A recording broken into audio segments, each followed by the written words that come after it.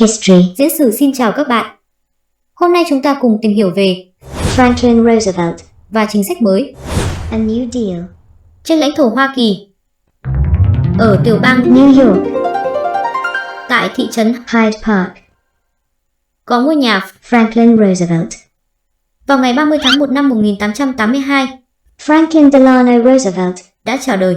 Ông là con của doanh nhân James Roosevelt và người vợ thứ hai, Vera Ann Delano. đều xuất thân từ những gia đình giàu có lâu đời ở tiểu bang. New York.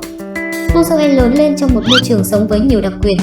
Bà nội của Franklin, Mary Rebecca Aspinwall. là chị em họ với phu nhân tổng thống thứ 5 của Hoa Kỳ. James Monroe. Còn ông ngoại của Franklin, Warren Delano. là hậu duệ của những nhà lập quốc đến đất Mỹ trên tàu Mayflower. Người chú của Franklin là Theodore Roosevelt, là tổng thống thứ 26 của Hoa Kỳ. Franklin thông thạo cả tiếng Đức và tiếng Pháp. Ông là một chính trị gia, một luật sư người Mỹ, là tổng thống thứ 32 của Hoa Kỳ từ năm 1932 cho đến năm 1945, là thành viên của Đảng Dân Chủ, đã giành chiến thắng trong 4 cuộc bầu cử tổng thống liên tiếp và trở thành nhân vật trung tâm trong các sự kiện thế giới vào nửa đầu thế kỷ thứ 20. Franklin Delano Roosevelt là người đã giúp nước Mỹ vượt qua thời kỳ đại khủng hoảng, là người đã định hình lên chủ nghĩa tự do hiện đại ở Hoa Kỳ trong suốt 1/3 thế kỷ 20, và ông cũng là người có nhiều ảnh hưởng trong cuộc chiến tranh thế giới thứ hai. Năm 1932, cuộc bầu cử tổng thống thứ 32 của nước Mỹ đã diễn ra giữa lúc cuộc khủng hoảng kinh tế lên đến đỉnh cao. Hàng nghìn ngân hàng, công ty công nghiệp và thương mại bị phá sản. Sản xuất bị đẩy lùi hàng chục năm. 10 vạn ngân hàng đóng cửa, tức là khoảng 40% số ngân hàng phá sản. Sản xuất công nghiệp giảm 2 lần so với năm 1929. Khoảng 75% dân trại bị phá sản, 17 triệu lao động thất nghiệp, hàng triệu người lâm vào cảnh đói khổ, 1,2 triệu người vô gia cư. Người lao động phải xếp hàng dài chờ bữa ăn cứu đói, phải bới rác tìm kiếm thức ăn hoặc chết vì đói. Dưới sự lãnh đạo của Đảng Cộng sản Mỹ, các cuộc tuần hành, biểu tình, đi bộ vì đói lôi cuốn hàng triệu người tham gia. Chủ nghĩa tư bản Mỹ đứng bên bờ vực thẳm của sự sụp đổ. Chính phủ đương thời Herbert Hoover lại thi hành chính sách đối nội, đối ngoại phản động, tăng cường bóc lột và đàn áp nhân dân, càng đẩy nước Mỹ lún sâu vào cuộc khủng hoảng. Trong hoàn cảnh đó, Franklin Delano Roosevelt, một chính khách tư sản khôn khéo, xuất hiện tranh cử tổng thống. Ông luôn hứa hẹn: tôi xin cam kết với các bạn, tôi xin cam kết với bản thân mình một đối sách mới, A New Deal. cho nhân dân Mỹ. Vì thế ông được mọi tầng lớp nhân dân ủng hộ. Kết quả, Roosevelt đã giành được đa số phiếu là 23 triệu phiếu và trở thành tổng thống thứ 32 của Mỹ. Chính phủ Roosevelt lên cầm quyền đã lập tức thi hành chính sách mới. Chính sách mới của Roosevelt thực ra là tăng cường vai trò điều tiết, kiểm soát của nhà nước đối với đời sống kinh tế đất nước, thông qua việc ban bố một loạt các đạo luật. Chỉ trong 3 tháng rưỡi kể từ khi lên cầm quyền, Roosevelt đã đưa ra các đạo luật tập trung sức lực giải quyết nạn thất nghiệp, hệ thống ngân hàng, công nghiệp, nông nghiệp đang ở trong tình trạng bi đát nhất. Để cứu vãn hệ thống ngân hàng đang bị suy sụp, ngày 10 tháng 3 năm 1933, chính phủ Roosevelt ban bố đạo luật ngân hàng Emergency Banking Act. Roosevelt chủ trương mở lại các ngân hàng.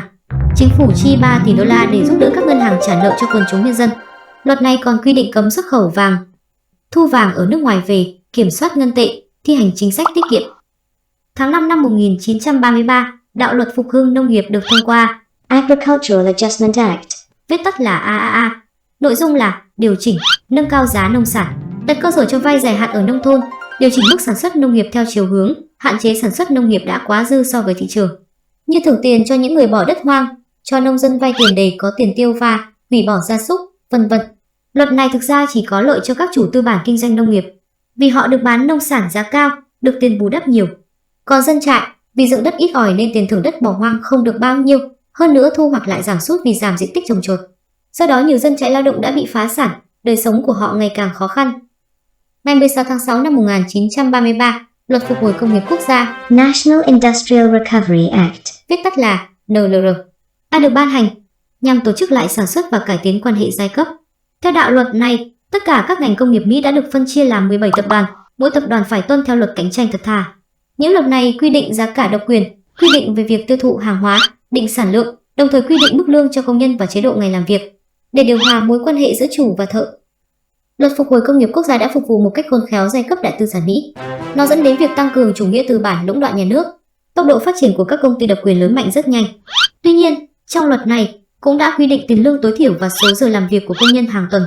Do đó cũng giải quyết phần nào những khó khăn của người lao động, mâu thuẫn xã hội vì thế được xoa dịu và đẩy lùi. Năm 1935, ông ban hành đạo luật an sinh xã hội. Trong 8 năm, chính phủ của ông chi 16 tỷ đô la để hỗ trợ trực tiếp cho những người thất nghiệp, tiến hành xây dựng những công trình để tạo việc làm cho người lao động. Tiêu biểu nhất là công trình thủy lợi Tennessee. 20% số người thất nghiệp đã được tập trung lại và đưa vào các trại lao động tập trung cho việc xây dựng công trình này. Tuy nhiên, đồng lương họ nhận được cũng rất rẻ mạt. Tháng 7 năm 1935, đạo luật về quan hệ lao động đã được thi hành. Luật cấm tư bản truy nã công nhân về hoạt động tổ chức công đoàn và tham gia bãi công. Luật về quan hệ lao động, hay còn gọi là luật Faulkner, chính thức cho phép các tổ chức công đoàn được hoạt động, quy định chủ xí nghiệp phải ký hợp đồng tập thể với công đoàn. Đường lối mới được nhiều tầng lớp ủng hộ. Họ gọi đây là một kỷ nguyên mới và nhãn hiệu con ương xanh xuất hiện khắp nơi. Con ương xanh là biểu tượng của sự ổn định về giá cả hàng hóa. Nhìn chung, tình hình kinh tế nước Mỹ khoảng 1933 đến 1939 có xu hướng phục hồi bằng mức trước khủng hoảng, tạo thêm nhiều việc làm mới cho người lao động, giải quyết phần nào những khó khăn của người dân, giúp ổn định xã hội và cứu nguy cho chủ nghĩa tư bản. Mỹ giữ vững vị trí số 1 thế giới của mình. Năm 1945, Roosevelt được xử ra Na Uy. Haldane Coat. Nhắc đến là một trong số 7 người hội đủ điều kiện để được đề cử nhận giải Nobel Hòa bình.